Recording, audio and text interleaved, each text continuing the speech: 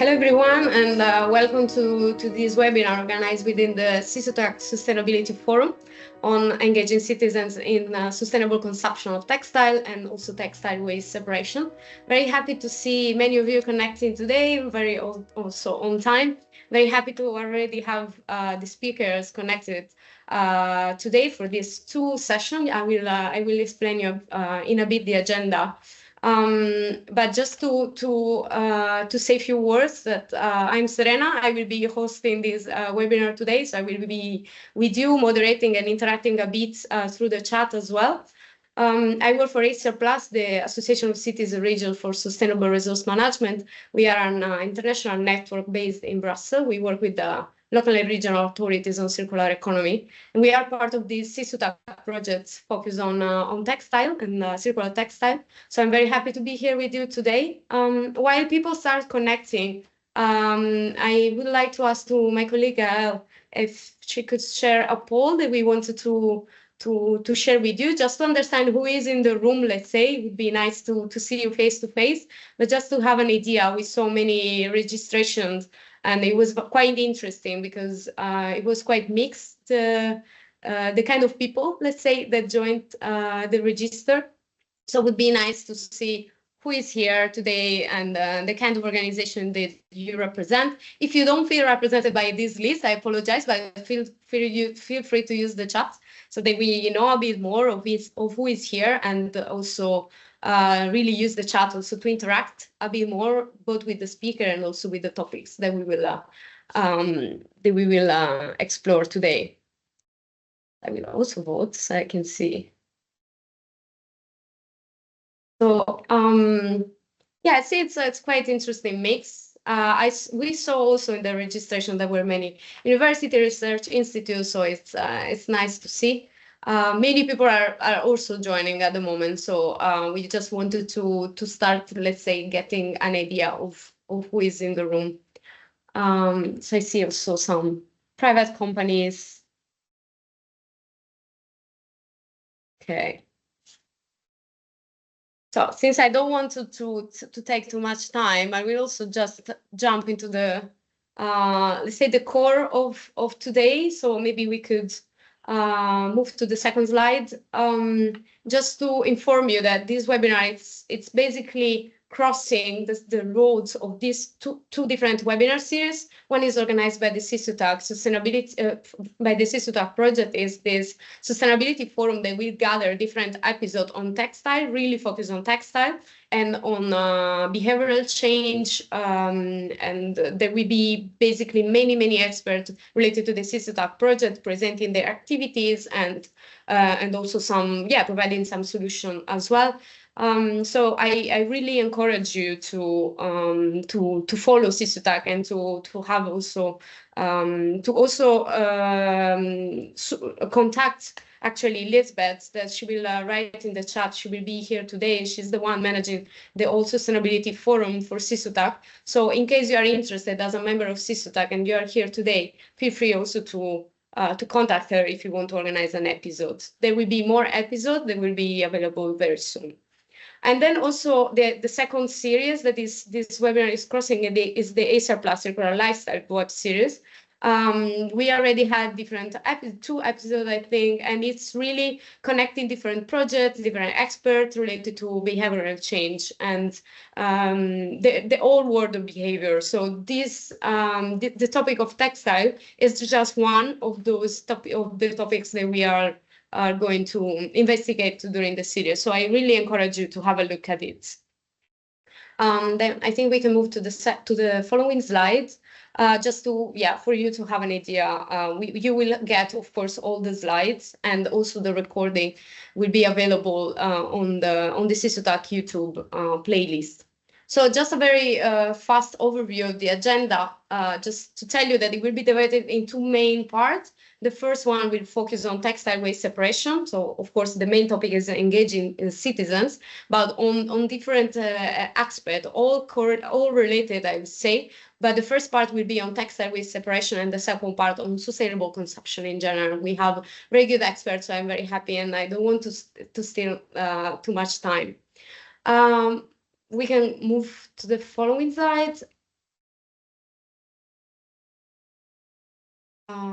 Yeah, just to give you a bit of background, I will not go through the following slide, but just you will have them, and you have also the links. Just to say that this episode today it's really much related, especially yeah, actually both of the session, they are really much connected to the guidelines for local embedding and link with CISURI that was published by ESR Plus through the CISUTAC project, and we defined some key recommendations for local and regional authorities for embedding circular textile in their local practices. And there are recommendations on three main focus. And today, actually, we will go through two of them. First on textile waste collection and following on sustainable textile consumption patterns. So I will just leave you the slides so that you can have a look at these guidelines. Of course, always feel free to get in contact with us. I think yes, this is all I wanted to say. I already said that you will get. We will of course provide all the presentation to you, and also the recording will be available. So without taking too much time, I would like to already jump into the first speaker. That is my dear colleague Jean-Benoit Bell from ESR Plus. I invited him because he was, first of all, really a good support in also developing the CISUTAC guidelines, but also he's an expert on waste collection, and he worked a lot for ESR Plus and also in the past on citizens engagement, and also on how what's the role of local authorities really in engaging citizens on for a better textile or in general waste separation. So I would leave the floor to Jean-Benoit so that you can share your screen. Sure. Thanks, Serena. I hope you can see my screen. Yes. Okay, perfect. Yes. So I was asked to talk about the role of local and regional authorities in engaging citizens in textile waste collection. I will go a bit beyond this scope because it's not about collection, but yeah, the finding of this presentation is mostly based on a study we did several years ago, commissioned by one of our members to prepare for the sorting obligation. And we tried to map and understand what was the status of used textile collection management, and to find some recommendations for citizen regions to better organize this management. Yes. Maybe as a start to give you a picture of how local use textile management is organized in Europe. It's not the best documented fraction textile, like there's many different systems. There's hardly any good and consistent data.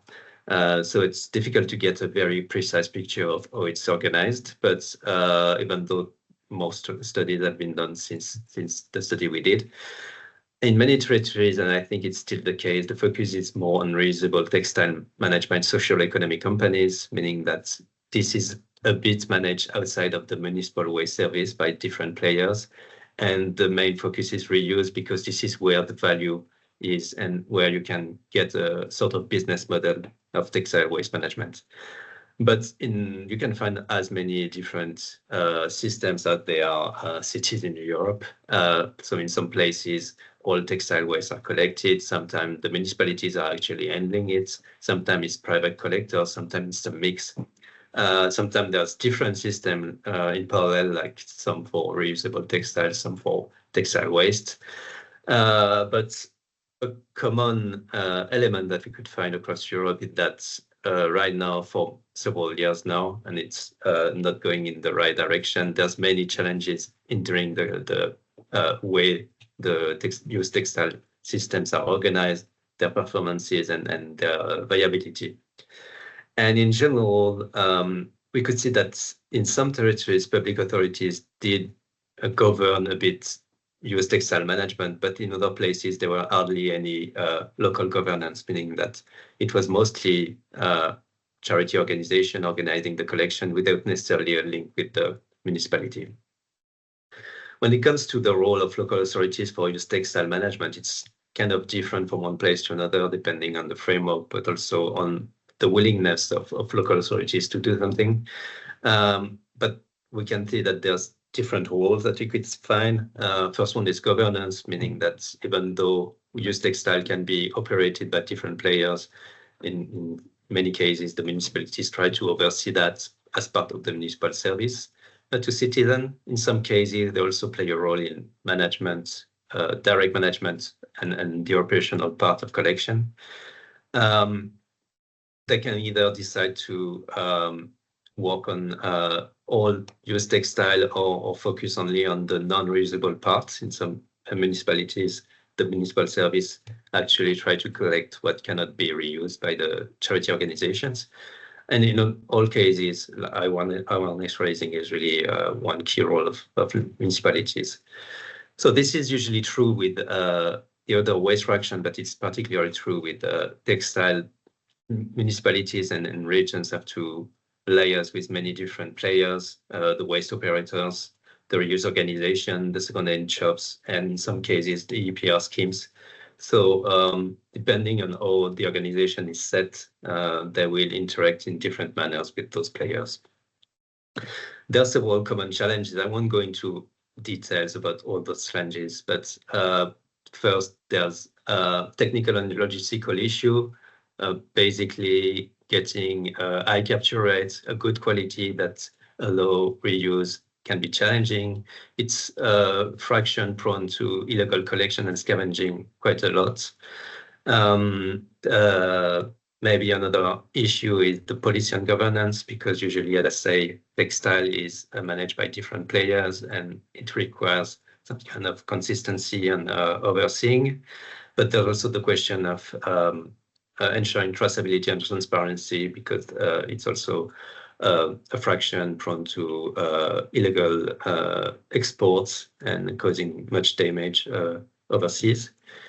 And there's more structural barriers and linked to the market right now, and I'll come back to that later. The reuse market is kind of in danger. Let's say there's a price competition with new items. Difficulty to make it viable to repair. The quality of textile that are collected are decreasing, and there's more and more quantities, making it difficult to make used textile waste management system viable. And all those challenges are interconnected. Also, something that is good to have in mind is that there's a bit more complexity. If you look at the top right of the figures, you can see that the evolution of the world fiber production between 1980 and 2025. And as you can see, most of the fibers have been constantly, like the production is constant, but polyester fibers, meaning that the explosion of textiles across the world is also an explosion of plastic textile, and there's a strong connection with plastic pollution. Another difficulty that in some cases, like in most cases, waste are discarded when the user don't have a use for it, but for textile, it's a bit more subtle than that. So the graph on the left is from a study organized in Norway. You've got the link just below, explaining, like, they try to understand what were the key driver for consumers to dispose of their textiles, and actually only 37% of the consumer disposed of them because of intrinsic quality, meaning that it's damaged or they can't wear it anymore because of the damage that the textile had. For the rest, it's can be that it's not fitting them anymore, like you're putting on weight and you can't wear the same clothing and you have to discard it, but it can be perfectly reusable. And for a big third of it, it's a lack of perceived value. It can be that it's outdated, but also that you get more, like you bought new clothes and you can't store as many as you want, so you have to discard some of them, and some of them you decide to discard them because you don't need to use them or you don't like them anymore. So it's very like the reason behind discarding textile is very different from one person to another, or one textile piece to another. Consumption pattern is also a bit specific to this fraction, and I think I won't go into details for everything, but I think that something that is interesting to know is that the new acquisitions are not necessarily driven by replacement. When you buy a new fridge, usually it's because your old one couldn't work anymore. But for textiles, the fact that there's lots of new collection coming every day, that the prices are very cheap, mean that people will buy them, and this overconsumption will lead to more textile being discarded and not the other way around. And something also interesting to note that people purchasing second-hand textiles are also generally the one purchasing more first-hand textiles, meaning that there's not necessarily a substitution with second-hand textile purchases, which is also a problem if we want to promote reuse.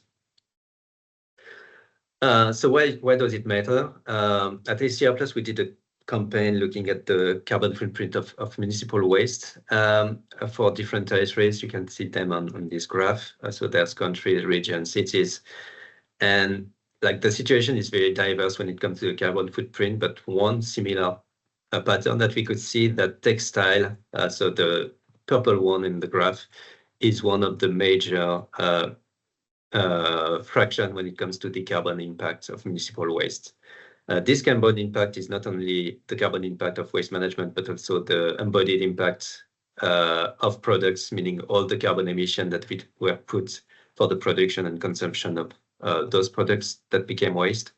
And yes, for municipal waste, actually, there's textile is actually one of the most damaging fraction when it comes to climate change. On the other way, when you look at the carbon footprint of textile waste, you can see that most of it is linked with the production of the product and manufacturing of textile, the harvesting of raw materials, or the production of plastics, for instance. And when you look at the avoided impact linked to recycling and reuse, it's actually very marginal in most territories, because reuse is kind of marginal, but also even though there's benefits, it doesn't match up with the carbon impact of the production. So it means that sorting and reusing and recycling is good, but it won't be sufficient if we want to be carbon neutral. So engaging citizens, there's many different activities you can engage them to do, taking better care of their products, helping them to repair more the textile themselves or by someone else, to buy more second-hand clothing as a substitution to first-hand clothing, to donate what can be reused, and to sort their textile waste. And to do that, well, the first idea that comes is communication. I already mentioned that the fact that textile consumption patterns are quite specific, and this is something that should be taken into account when communicating to citizens. Also, when it comes to use and textile waste, it's something that is not frequently produced. It's not like bio-waste, where you produce bio-waste every day, so it's easy to get the habit of sorting bio-waste. Use textile, something you produce from time to time. It's more difficult to get people to have an habit about like separating textile waste, and it's something that everyone might be doing at some part of the year. So you need to figure out and to understand what are the patterns also from consumer on this. From what we could see, people have difficulty understanding sorting instructions, and especially when you try to ask them to sort reusable and non-reusable textile, usually they will get it wrong. Like they are not necessarily good at understanding what can be reused or not in both directions, meaning that it's important to have clear sorting guidelines. And whenever on a single territory there's different collection schemes, sometimes it's difficult for them to understand what they have to do and to gather the information. But it's not just about communication. As far as we know, behavior change is driven by not only information, but also by social norms, by motivation, and also by convenience, meaning that if you want people to sort their textile waste, but also any waste, they will need to have a good system to work with that fits their constraints. And I think this is also very important for textile. It's not just about explaining to people what they have to do. It's also giving them the possibility to do the right thing. So how to enable the right framework? There are different categories. Maybe I will go quickly on the promotion of repair and product care, because I think it will be addressed in the second panel. But when it comes to used textile collection or textile waste management, third thing is to really support for municipalities to support the existing scheme and to take advantage of those and to explore synergies among those different local players and guarantee their economic sustainability. If we consider that those actors are also playing a role in the municipal waste service, then their effort should be also rewarded, possibly by the municipalities.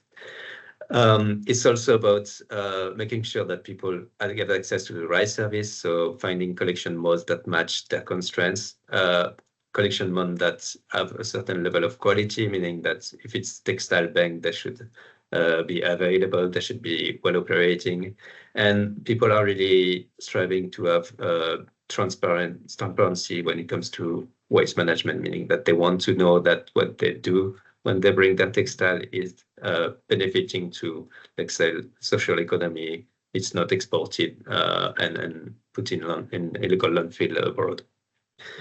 Something that is also very important is the consistency and clarity of information. So it can be enforcing a common visual identity or common sorting guidelines among the different operators. And maybe two very quick good practices that we could find in Rotterdam. The municipality decided to organize directly textile waste collection and leave the sorting, trading, and processing to local charity organization. But the idea is that each player is doing what he knows best, and this is an example of good collaboration between a charity organization and municipality.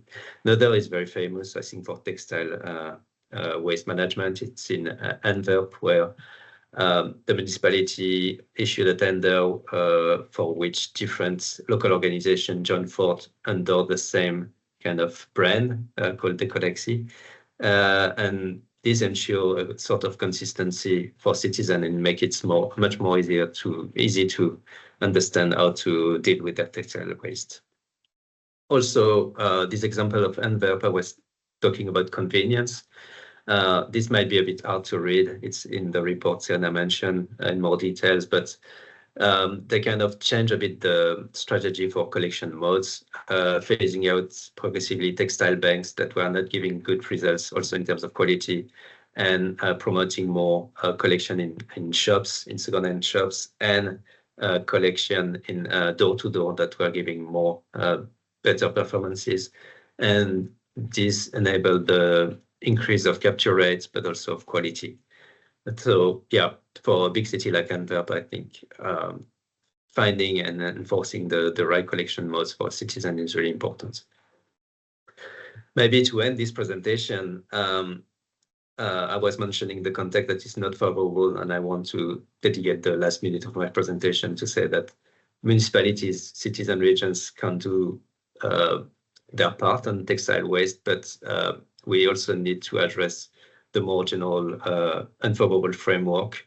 So right now there's an increase of low quality plastic bag textile that is leading to more consumption and more waste. And right now in many countries, the reuse sector is in jeopardy because more quantities means higher operational costs, but lower quality means lower revenues. The second-hand market is a bit collapsing. There's a fierce competition because second-hand and the cheap ultra-fast fashion products. So we are at the risk of having the reuse sector collapse. And on the other hand, there's no good alternative. Right now, recycling of textile is really more downcycling. It does not yield much benefits, either environmental or economical.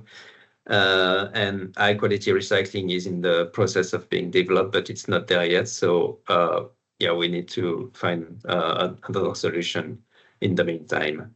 So there's a need for traditional instruments, the EPR system to support the transition and then pay for the support of the existing system and before textile waste can bring some more revenues.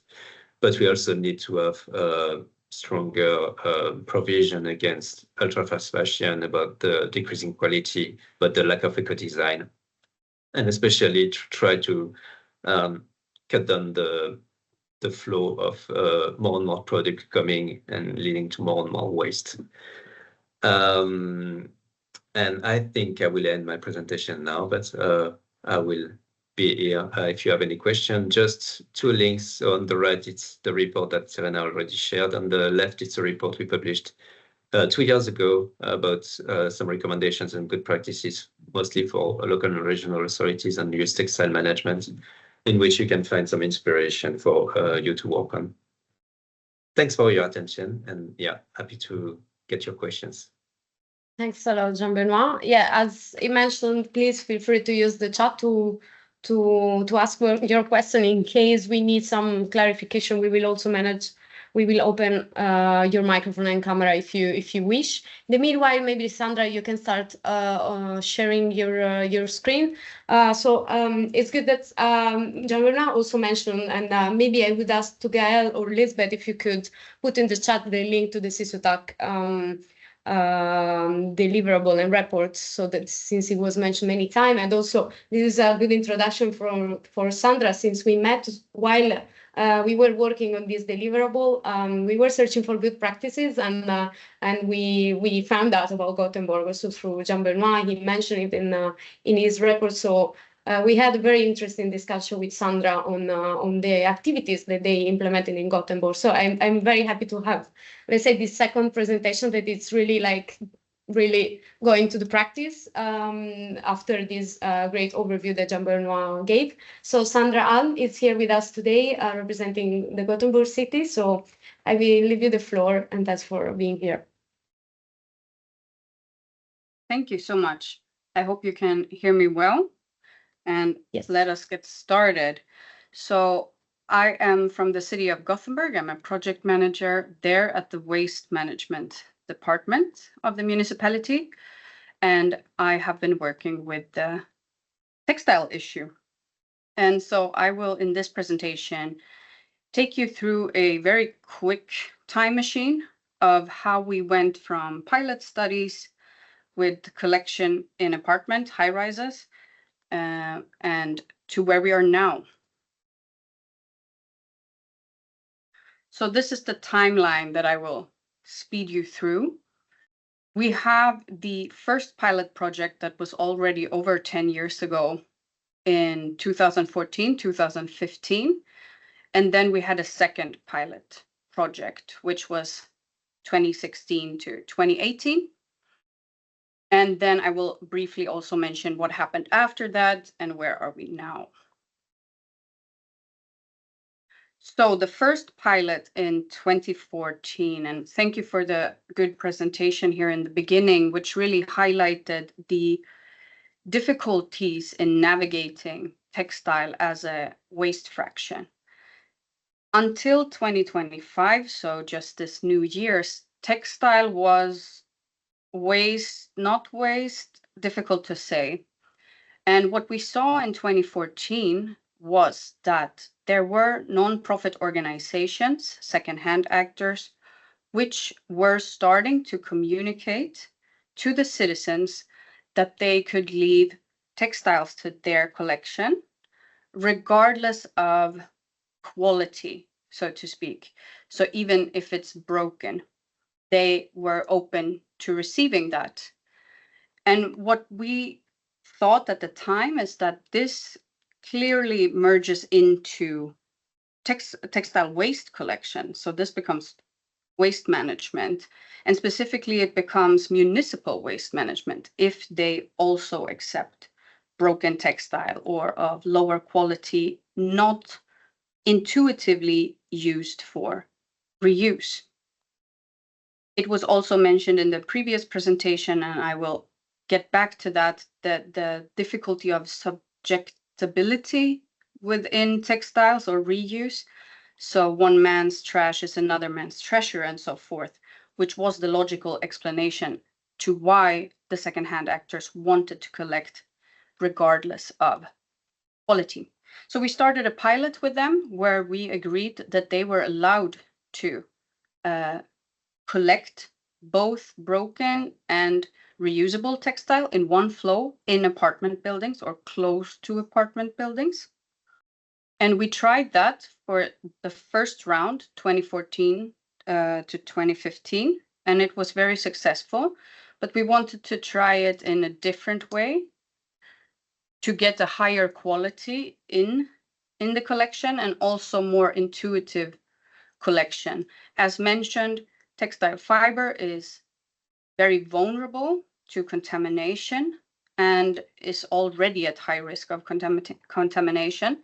So in the second pilot, 2015 to 2016, 2016 to 2018, I apologize, we moved the pilot inside, so into laundry rooms in regular bins, but with a locked lid.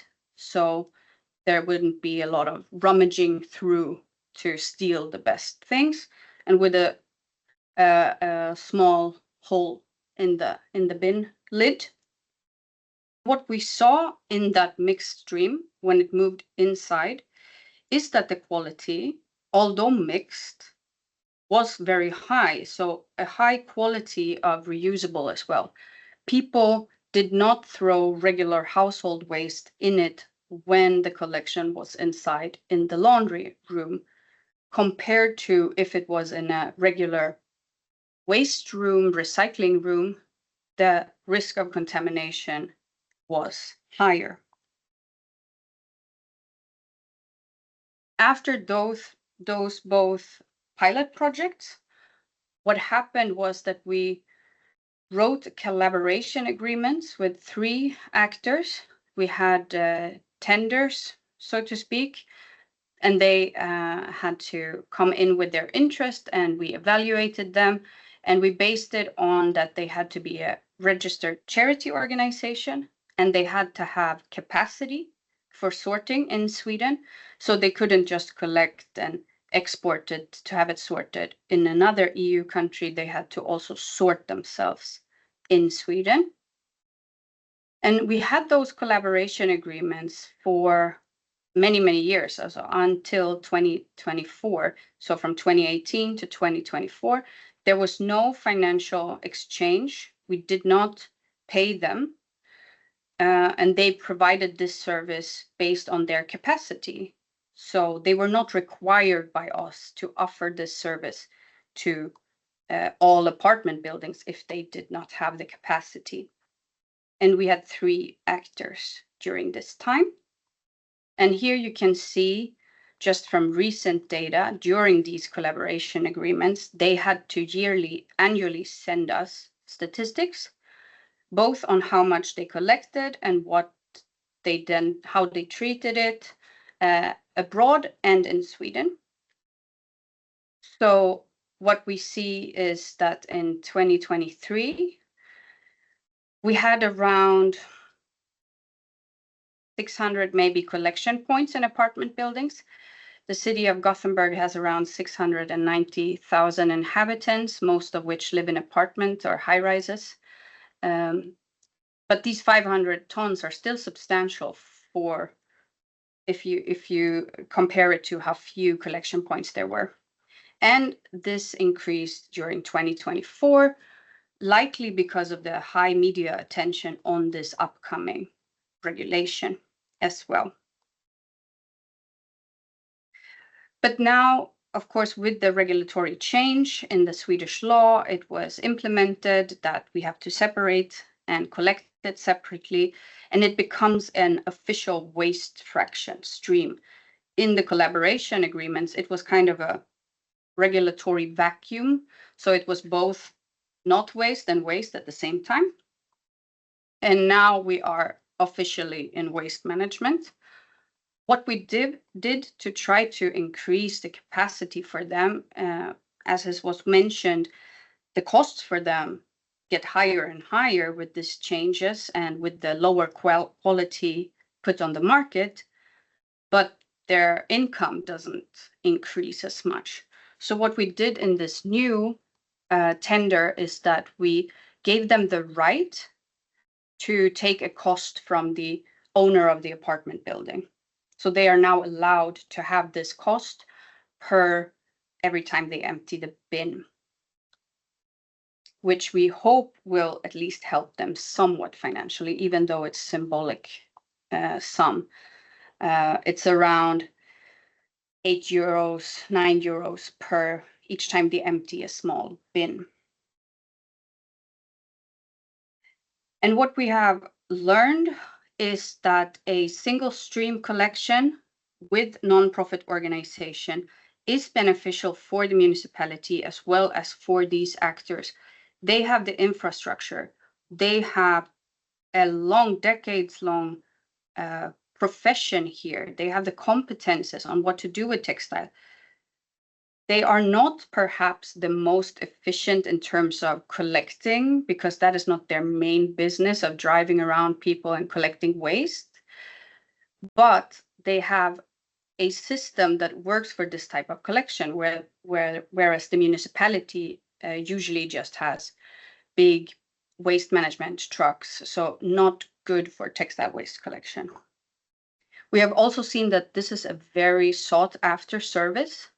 Now, in where we are currently, a lot of owners of apartment buildings do want to have this service because it's closer, so easier for the citizens.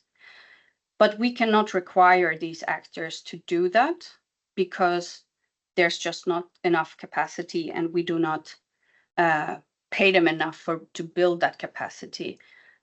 Also because we are waiting for the EPR to see what will happen there. So I will stop now, and if you have some question, I will still be here in the webinar. Thank you. Thanks a lot, Sandra. I already see a question actually for you. So if the tons decrease once you brought the textile banks from outside to inside, as far as I understood, they have never been on the street. I don't know if this is what the question means, but I will let it to you if you want to clarify on this. If I understand the question correctly, these actors did also have collection banks.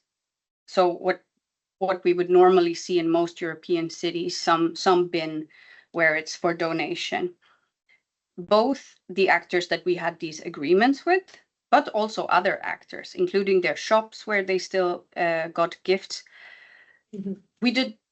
We did never get any critique that the other actors who only collect gifts for reuse said that they saw a decrease in gifts for them, because the volume on the market and in society is just so high that this was just a complementary, basically, collection. Otherwise, perhaps it would have been in the residual bin. Thanks a lot. So, yeah, in case, yeah, exactly. Thanks, Gail. In case you want to clarify more your question, feel free to let us know so that we can also open your microphone or you add insight in the chat. I don't know if there are more questions or also comments. They don't have to be questions. Of course, they could be also comments on what you heard, but just to remind you that these cases of Gothenburg has been well explained as well in the CISUTAC deliverable. So you can find, you can always use this opportunity. Also later we will have a Q&A. So in case you have a question also for our partners or our speakers, feel free. I see a comment in the chat. Oxfam recently have introduced a free postal donation scheme where no matter where you live, you can order a bag and donate any kind of textile to us. And much like the project Sandra mentioned, we sold this textile for resale in Ireland. It's great to have someone from Oxfam as well. That is also a CISUTAC partner. So thanks a lot, Mark, for sharing this. And I encourage everyone to follow CISUTAC to also know more what Oxfam we will do through the project, also in terms of actually raising awareness campaign that will become in the, I think, coming months. Okay, so if there are no further questions, I don't see, I think, in the chat. I thank a lot the Sandra and Jean-Benoit for this first part, and of course feel free to stay with us in case you have time. Otherwise, yeah, thanks anyway for joining. I will pass to the second part. That it's, I mean, the general topic is on engaging citizens, but also sustainable consumption. So let's say that we started from the end. So looking at how local and regional authorities can actually have a role in improving and helping and guiding kind of their citizens into a better textile waste separation. But the question before it should be like, yeah, I mean, before throwing textile away, it should be guided also in consumption. So the big question is like, are actually local and regional authorities having a role on this? Like they can have any. And we invited the first speaker in that will help us in understanding consumer behavior to drive change. So we first have to understand how this works. So I'm very happy to have with us Ingunn Grimstad Klepp, from the member of the Clothing Research Group of Consumption Research in Norway. We went through, I already asked Ingunn, maybe, yeah, you can share your screen. Our paths met at some point because we have a very good member in Acer Plus from Norway, and through the interaction we have with them, we managed to know the work that CIFO is doing in Norway. So I'm very happy to have Ingunn today with us. So I will let you the floor to let us dive into consumer behavior on textile. Thanks a lot for being here. Thanks for the introduction. And yes, I'm Ingunn, and some of our work from CIFO was already in by the first speaker today with a different reason for discarding clothes. Today I will talk about driving change by consumers. And first, I also agree with the first speaker that our problem is an overproduction. The more produced clothes, the less item can be used. Very important, regardless what we do with it. The quantities of items and divided by people on Earth will give the number that is possible to use the clothes. And this overproduction is visible both in the production line and amongst consumers. And we already have a lot of discussion about both what to do with the dead stock and the unsold and the returns and so on, and also what to do with the consumers. The thing is that the industry try to make consumers buying all these garments that are too much by putting them on sale. So the very much of the waste from the production is actually carried home to the consumers on sale. And here you can see consumer research done in the Netherlands and how the wardrobes are growing. We are buying more than we are discarding. I do agree with the Norwegian Consumer Agency that when we are telling something to the consumers, it has to be understandable, and it also has to be, you have to be sure. This is about greenwashing, but I think the same is valid when we talk about trying to change consumer behavior, because people don't like to change, and if you want to change how we are doing things, you should know why. And the problem in the value chain of textiles is that the reasoning behind is actually very weak. We have looked upon how different policies will affect the environment through changes in consumer behavior. And I'm sorry to say, none of them, or very little of them, actually will have an impact. And with impact, I mean lower environmental impact. I don't think that supporting industry is good enough reason to change behavior of the consumers.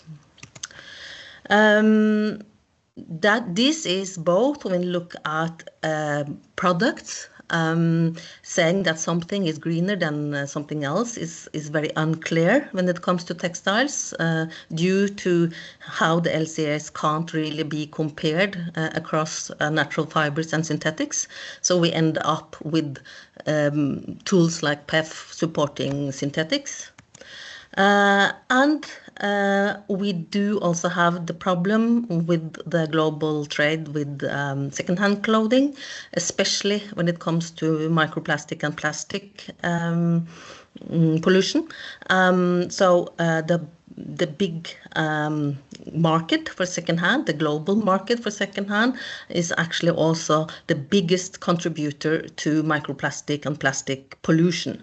This is a huge problem because the secondhand trade is actually where that is like the functional market for secondhand clothes today.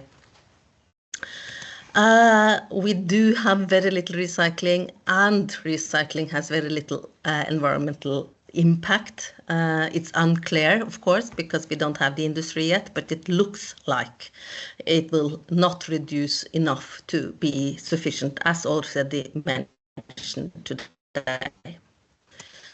And then we have this growing durability discourse in policy and academic literature.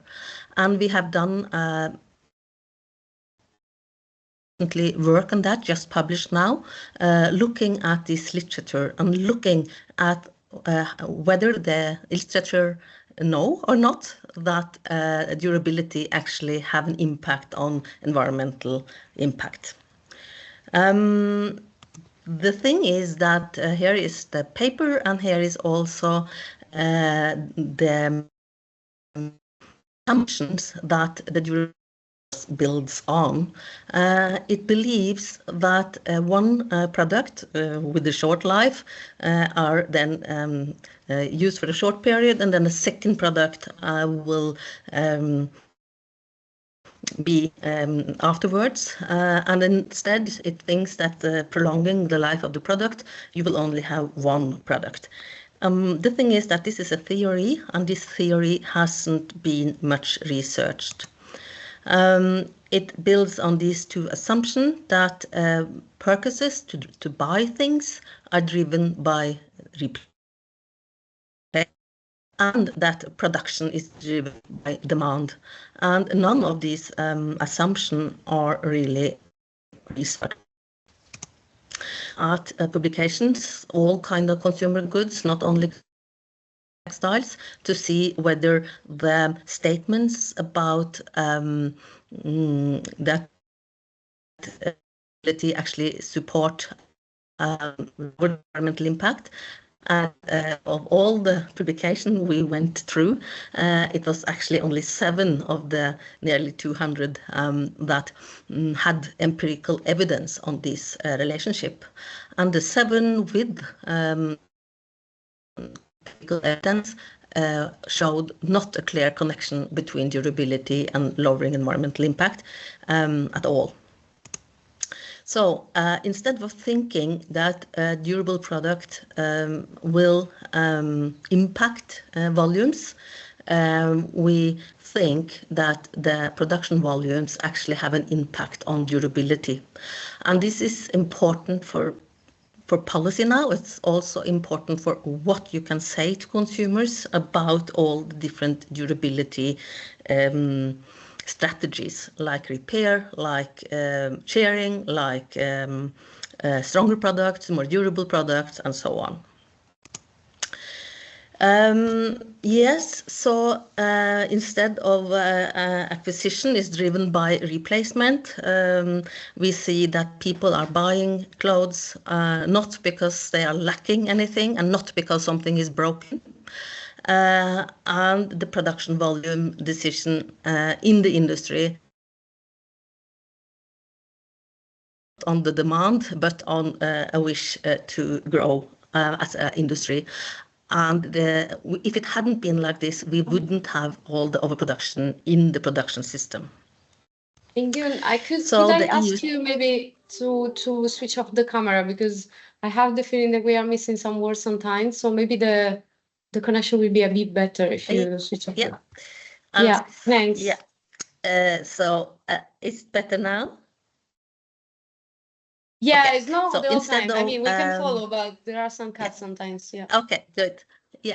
So instead of thinking that acquisition is driven by replacement, is actually not the case for clothing in affluent societies as ours. And this is the reason why we see this growth of clothes in homes and in the second-hand system, as also mentioned before.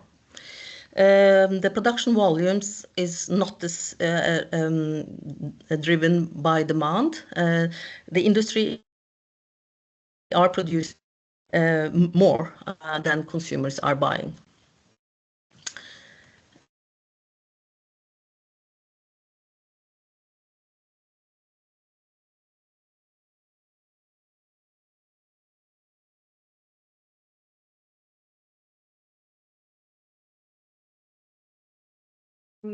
I don't know if we lost you. Yeah, no, okay. Can you hear us? Yeah, I think you muted. Yeah. I don't know why. Here, yeah. I guess Okay, I don't know what happened.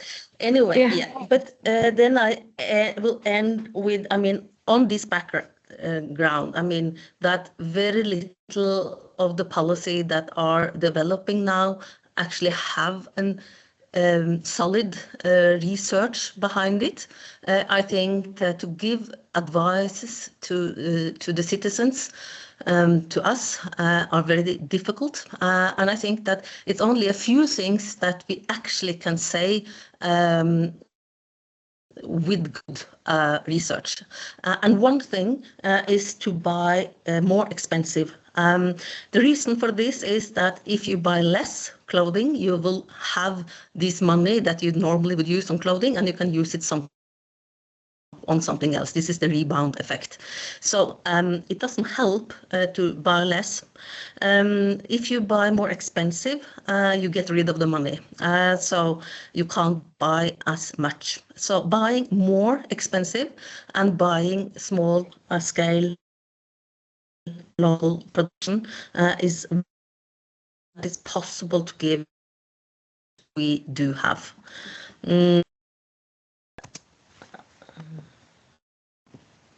And this is also a growing field in Europe. This is an example from Norway.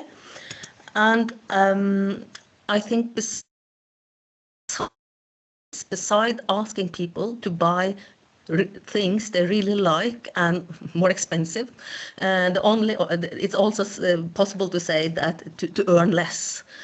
Because as long as the products are so cheap that they are today, we are able to buy too much. And that is really of the heart of the problem. But the most important thing to change the system is actually to change the rules for marketing, for production, for import and export. And this is on a political level. For change by consumers in the system that are so global and so confusing and with so little information as the textile value chain. I think that is really difficult. Here is our website for the clothing research at Oslo Met, and everything I've said, you can read more about it there. Thank you. Thanks a lot, Ingun, for this overview and quite straightforward message as well. That I think I'm sorry about the internet. No, don't worry. We managed to follow. Thanks a lot for being here, actually. So we jump into the second speaker. I always encourage people to write, to use the chat for gathering your questions. We are slightly late, but we should have time for discussion after. So we just jump to Minori. We are very happy to have UNEP today represented. It's such an honor. It's also very good because we started this collaboration and we have been working in the past, but it's always nice to meet again. So we invited UNEP to speak about sustainable fashion communication and consumption. So to really have some idea of the UNEP principle for sustainable fashion communication. So I will let the floor to Minori Lee. Thanks a lot for being here today. Thank you so much, Serena, and many thanks to everyone for having me here. Aware of the time, so I'll be quite brief, but I'm happy to put links in the chat if you're interested in reading further. So as Serena mentioned, I'm from the United Nations Environment Programme. I'm part of our textile initiative, which encompasses and coordinates all of UNEP's work and partnerships on textiles to provide strategic leadership and encourage sector-wide collaboration to accelerate a just transition towards a sustainable and circular textile value chain. I did see a comment that it's not possible to see my presentation. I just wanted to confirm if that's the case for everyone. I do see it. I don't know if other people are experiencing the same problem. Could you maybe give me some feedbacks on the chat if someone else cannot see the presentation? Yeah. Okay, great. I see comments that it can be seen. Yeah, so yeah. In any case, I'm also happy to share the slides afterwards. So exactly. Thank you very much for confirming that. And so, yeah, so UNEP, good to see it from Australia, from back home. So UNEP has 3 priorities for our work on textiles: addressing overconsumption and overproduction, eliminating hazardous chemicals, and the systemic solution to both of these challenges, which is upscaling circular business models. Textiles is a really high priority sector for us because of its physical environmental impacts on the triple planetary crisis of climate change, biodiversity and nature loss, and pollution and waste. You know, for example, every year the sector emits 2 to 8% of global greenhouse gas emissions, consumes 86 million Olympic-sized swimming pools of water, and contributes 9% of annual microfiber pollution to our oceans. But it's also really important because it exemplifies a lot of the challenges that other sectors face in circularity. So it's got a very complex international value chain. There are significant social impacts. And for this webinar, what's perhaps most important to note, it has a marketing machine that has created a blueprint that other sectors have copied for overconsumption of linear products. So this image here is from our global roadmap report, which outlines the 3 priorities needed to transform the textile sector to circularity, including improved practices, particularly in production processes, infrastructure investment, including on renewable energy and used textile processing, and shifting consumption patterns. So the last priority is focused on the need to change consumption rates, increase consumer knowledge, and shift consumer behaviours. So with that, all right, so if hopefully you should be able to see this slide where we see, you know, this is what the dominant story in fashion still looks like. It's about newness, discounts, cheap, quick, disposable. As Jean-Benoit mentioned earlier, textiles acquisitions are not driven by the need to replace things, but it's really driven by overproduction paired with marketing messages to acquire more, even if you have enough. As Ingun mentioned, we need to change the rules on marketing. And these messages are familiar to everyone here, I'm sure. We've all been on the internet. And just to give an idea of what we're facing, an individual in the US is estimated to see between 4,000 and 10,000 ads daily, with over $778 billion spent on advertising globally each year. So the marketing efforts to promote new and sustainable ways of living are really outscaled and under-resourced by comparison. UNEP's position is that consumers need access to safe, affordable and sustainable clothes and should not bear the sole responsibility for making sure that they're available. Brands, policymakers, NGOs all have a role to play, especially communicators.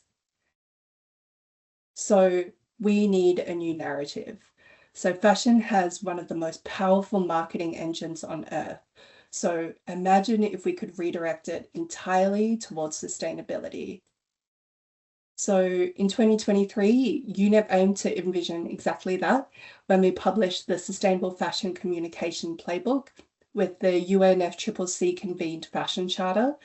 So this is a piece of work that underwent a global consultation process with the industry, and it's a guide for consumer-facing communicators to align efforts to sustainability targets, including a commitment added to the Fashion Charter at COP26 in 2021 that asks signatories to align all communication efforts to the 1.5 degree target of the Paris Agreement on Climate.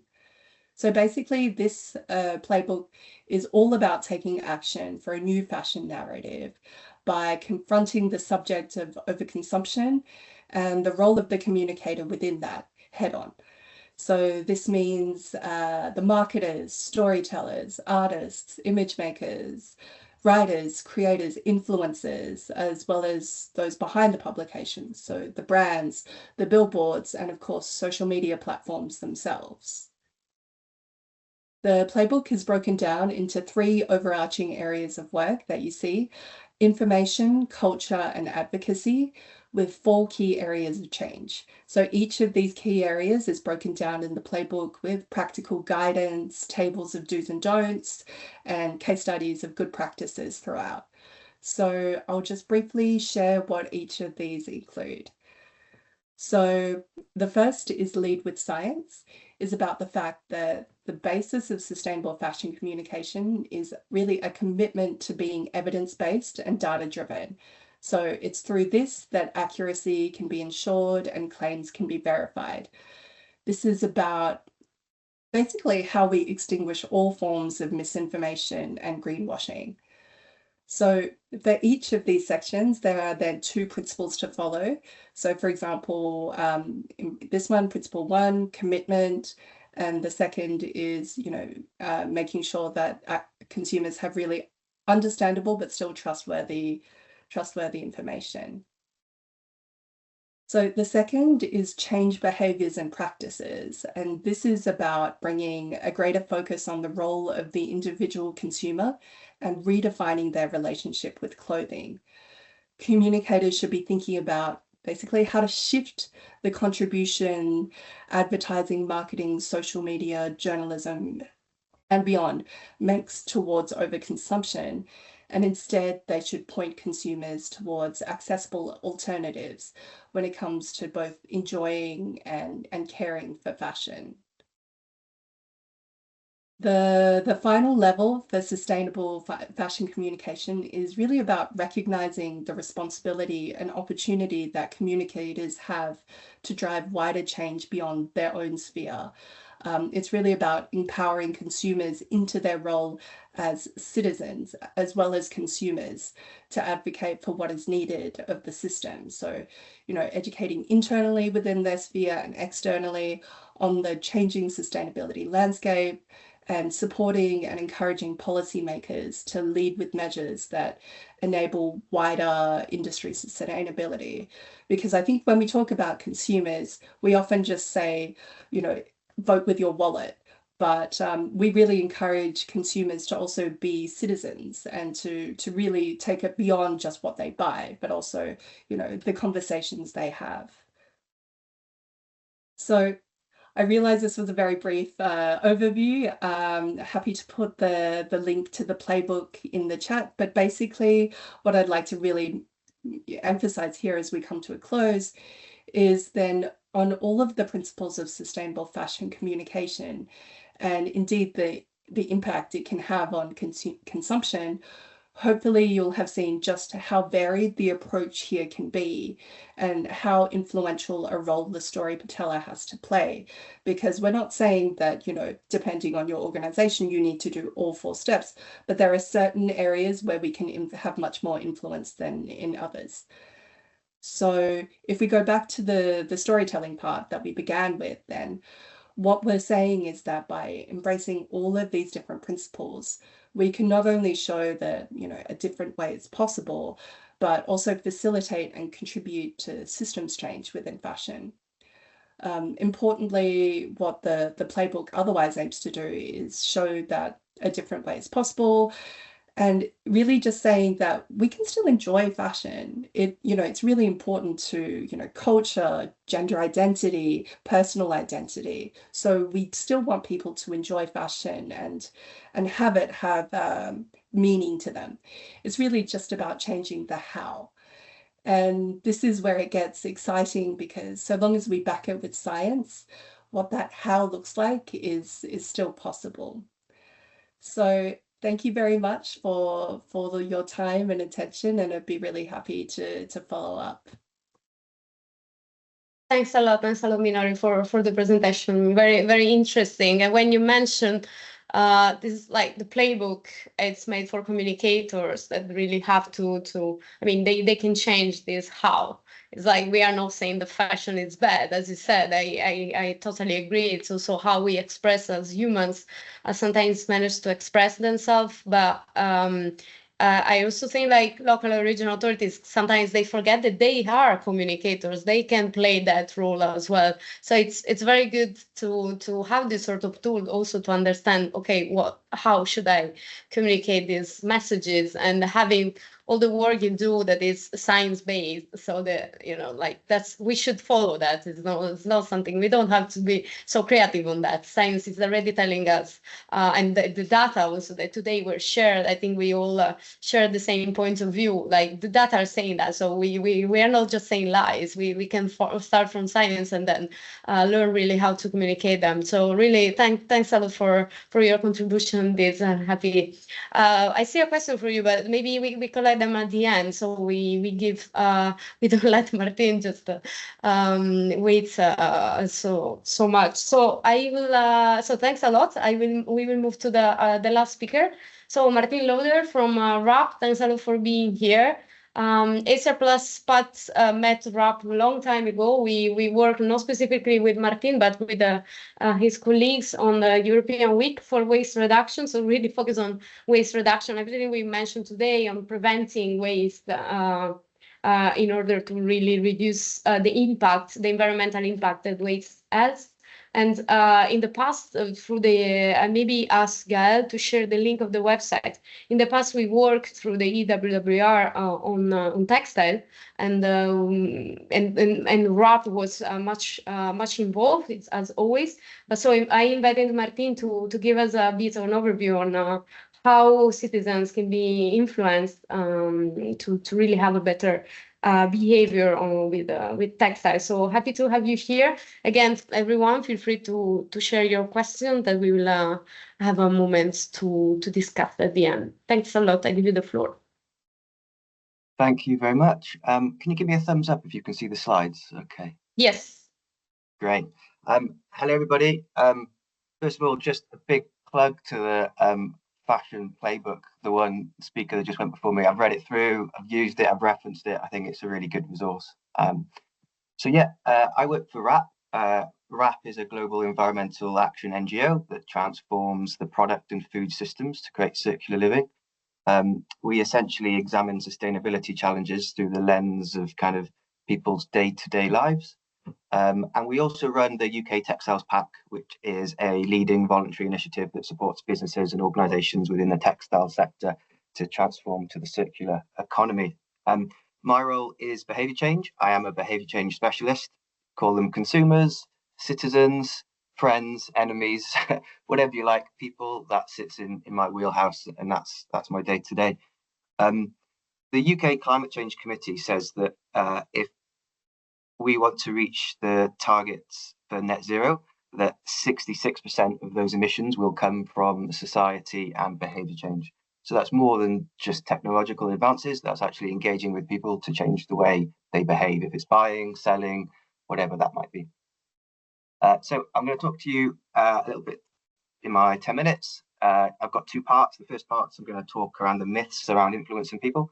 And then I'm also going to talk to you a little bit about circular living segmentation. But first, I just wanted to share our theory of change at WRAP. You'll see on the right there, there's three big circles: policy, partners, and people. Now, our theory of change demonstrates that to create system change and to change behaviour, it requires these three levers all to be pulled in different levels. The climate crisis requires us to change behaviour, and changing behaviour is really challenging. And we can encourage people to make better choices, to engage with the new system, but ultimately it requires levers of policy, partners, and people all working together and pulling in the right direction. So I thought I would share three big myths, common myths that we hear, and bust them with some truths. So how to influence behaviour. First one, information alone drives change. The reality is that's not quite true. Knowledge is essential, but not the only factor. I'm sure that everyone with kids will understand telling your child to do something isn't necessarily going to result in them doing it. There's many other factors at play. There is also ease and motivation. So ease, making something as easy as possible for someone to act, removing barriers. In the example of textile collections, if your local authority doesn't collect your waste from your house, it's suddenly very difficult to get rid of your clothing. Equally, if you don't own a car and you can't put all of your used textiles and drive it to a bring bank, again, that's challenging. So just articulating there that information alone, while it is important, it's not the only factor. Myth number two, people are always at the heart of system design. The reality is often the end user isn't prioritized in the system, but they definitely should be. The image on the right, I've stolen from the internet somewhere. I wanted to kind of depict it in an image. So on the right, you can see a path, and perhaps a town planner or a park planner has created this lovely swirling park that people will slowly walk through and enjoy the views, maybe as they go to their lecture or to their office, for example. But you can see from erosion that actually what people are actually doing is just walking straight through because maybe they want to get their lunch or they're late for lessons or whatever it might be. And so it's just an example that the end user who was using the park wasn't really put at the heart of the design of the park. And all the systems that we operate can be exactly the same, just like the textile collections that were spoken about earlier and I referenced to a minute ago. In the UK, an example of this is organ donation. They've made it now where I live in Wales that it's the default, so you have to opt out to not give your organ donation when you pass on. So just stuff like that is making kind of putting people at the heart of the system. And then the third one is the myth: you need to target everyone at once.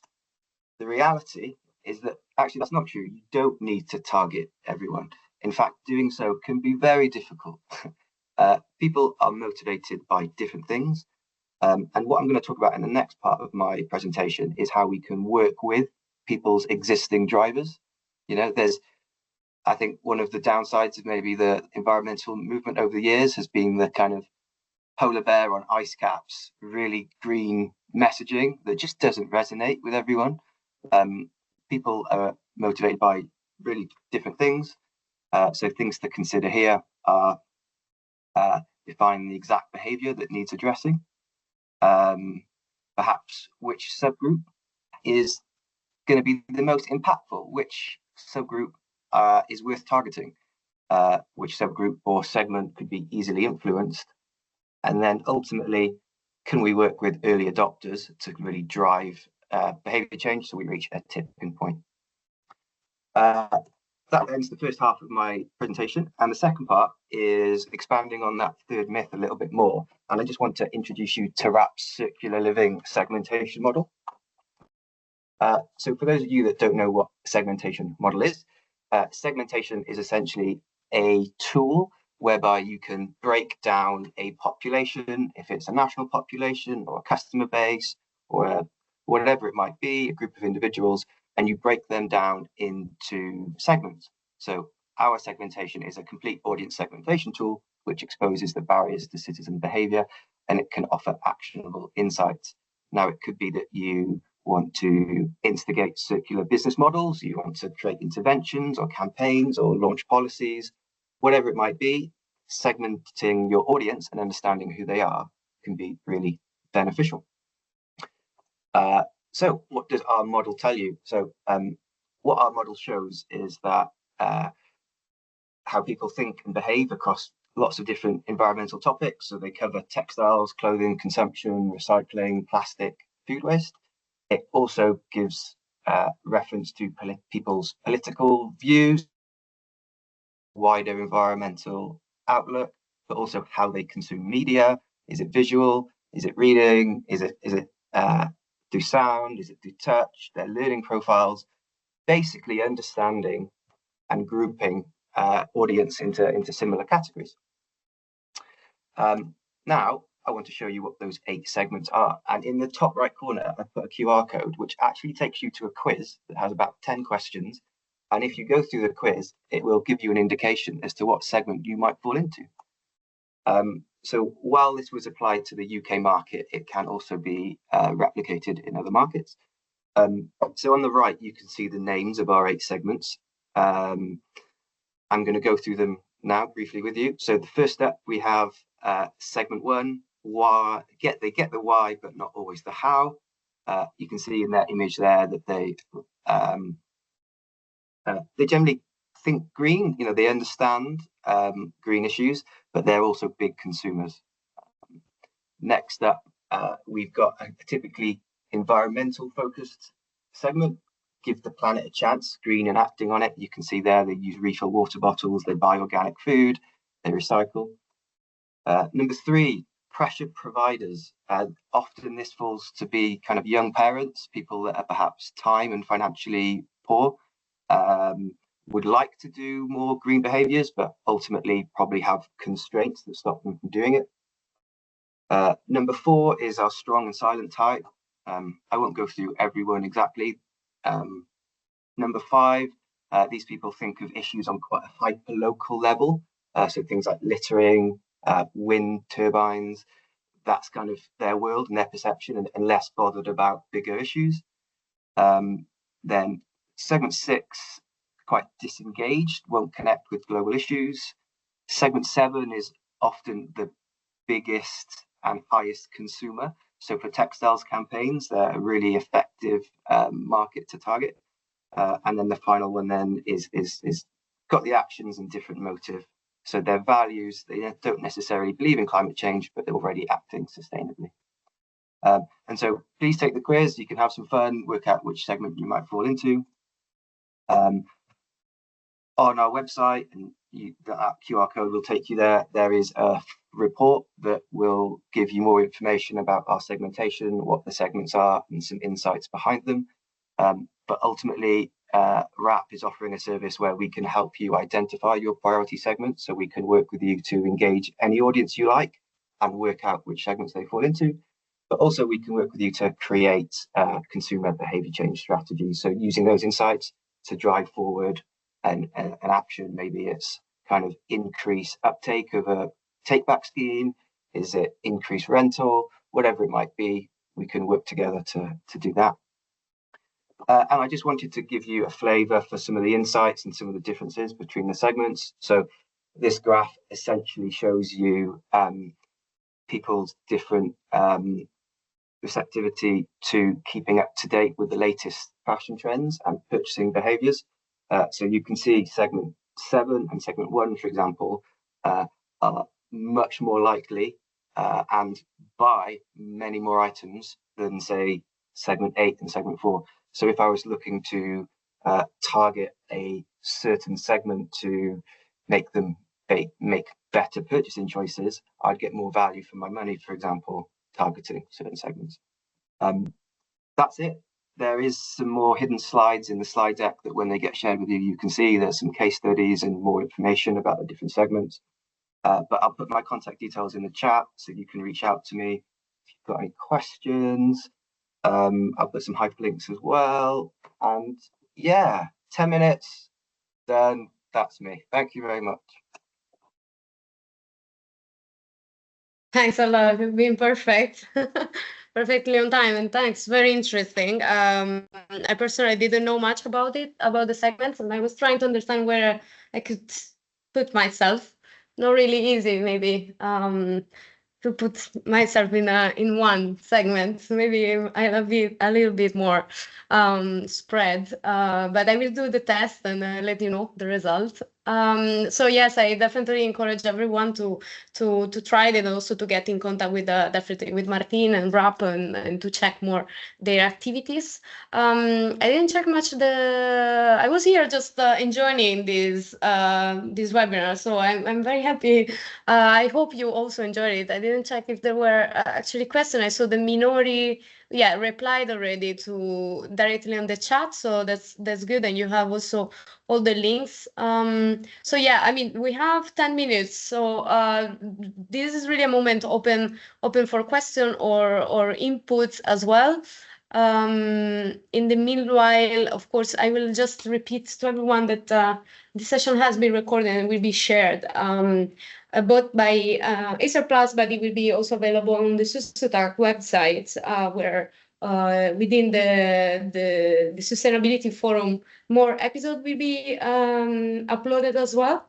And also through the Circular Lifestyle web series of Acer Plus, there are more topics that will be discussed, also related to circular, in general, to circular lifestyle, but in different topics, not just on textile. So I definitely encourage everyone to have a look at them. And you will also get all the presentations thanks to our speakers that agree with that. So yeah, I don't know. I didn't see more questions. So I'm also a person that don't want to keep people if they have something else to do. Okay. Is there much being done in EU, UK to embed circularity into the education curriculum? On that, I think it's for Martin. I don't know if you have an idea on this. Yeah. I don't know if you see I guess I don't know, Ben, if you are referring to circularity in general or related to textile, because there are many answers coming to my mind on different maybe topic related to circularity. I could reply to this or both. Yeah. So I don't know, Martini, if you have a feedback on textile. Do you know what? I don't know the answer to the question. I think in terms of behaviour change as well, I am not aware of much that's in place. I think it's super important. So if I find anything, I'll share it with the group. I can also say this. I'm not an expert on this, but I have a colleague that I don't know if is connected, but I'm not sure because he had another meeting. But he is working for Acer Plus on yeah. I see Minori. Feel free to jump in. He's working on behavior change on circular economy for Acer Plus. So he might have also some resources to share. So I will ask to him, and then if you want to leave your email, I can forward it to you.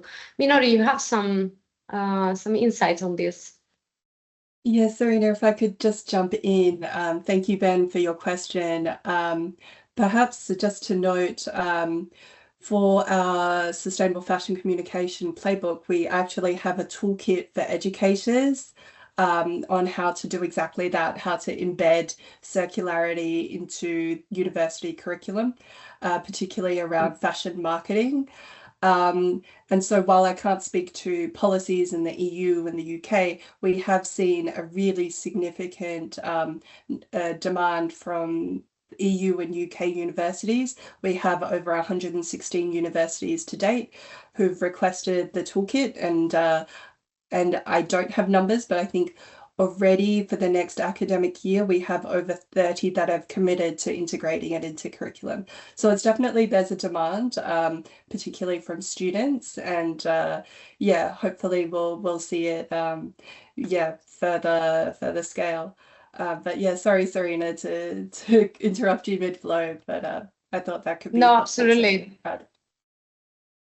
No, thanks a lot for jumping in. From the EU perspective, I can definitely share that in terms of education, there are many programs in terms of EU funded as well, EU funds as well, that are really targeting education for embedding, I mean, really supporting circularity. From my side, for example, I work on constructions quite a lot, and I see this they say change being definitely applied into the educational curriculum in architecture, universities, for example, in departments. The whole idea also related to for example, to textile of the eco design is being embedded. I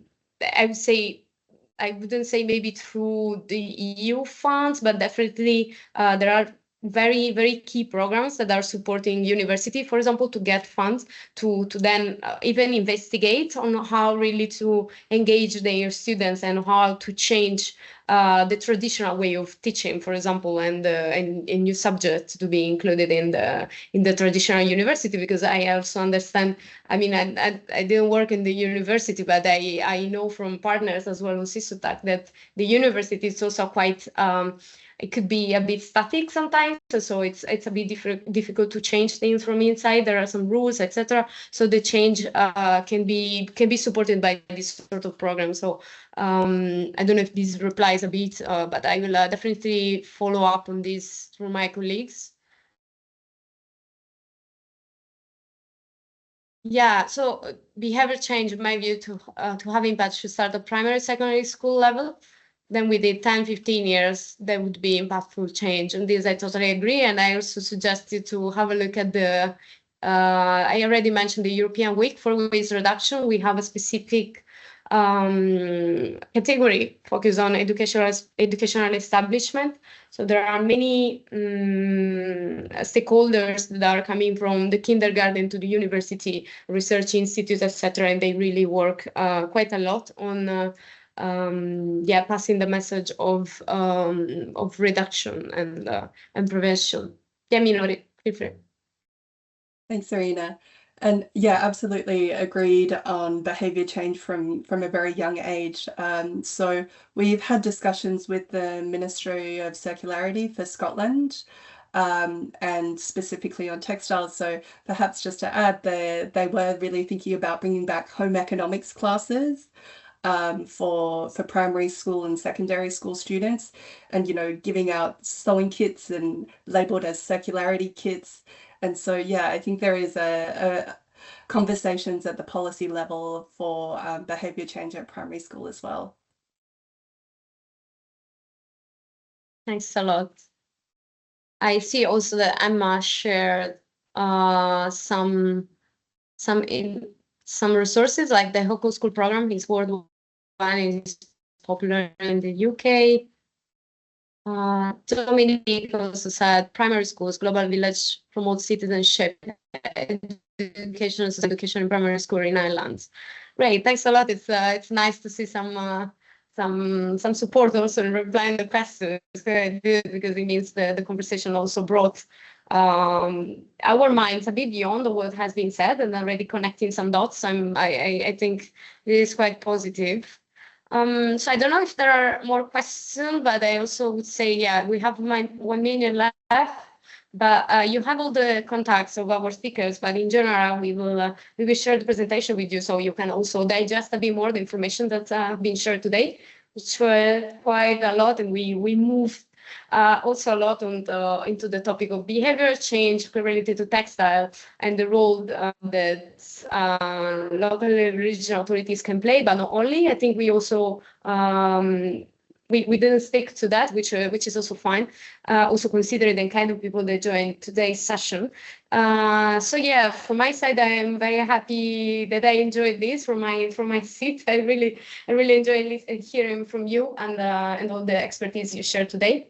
So again, thanks a lot, and I encourage you to follow the other episode of the CISUTAC Sustainability Forum and the Circular Lifestyle web series organized by Acer Plus. So we stay in touch, everyone, and have a very good afternoon, or whatever it is, since there are people from Australia. Thanks.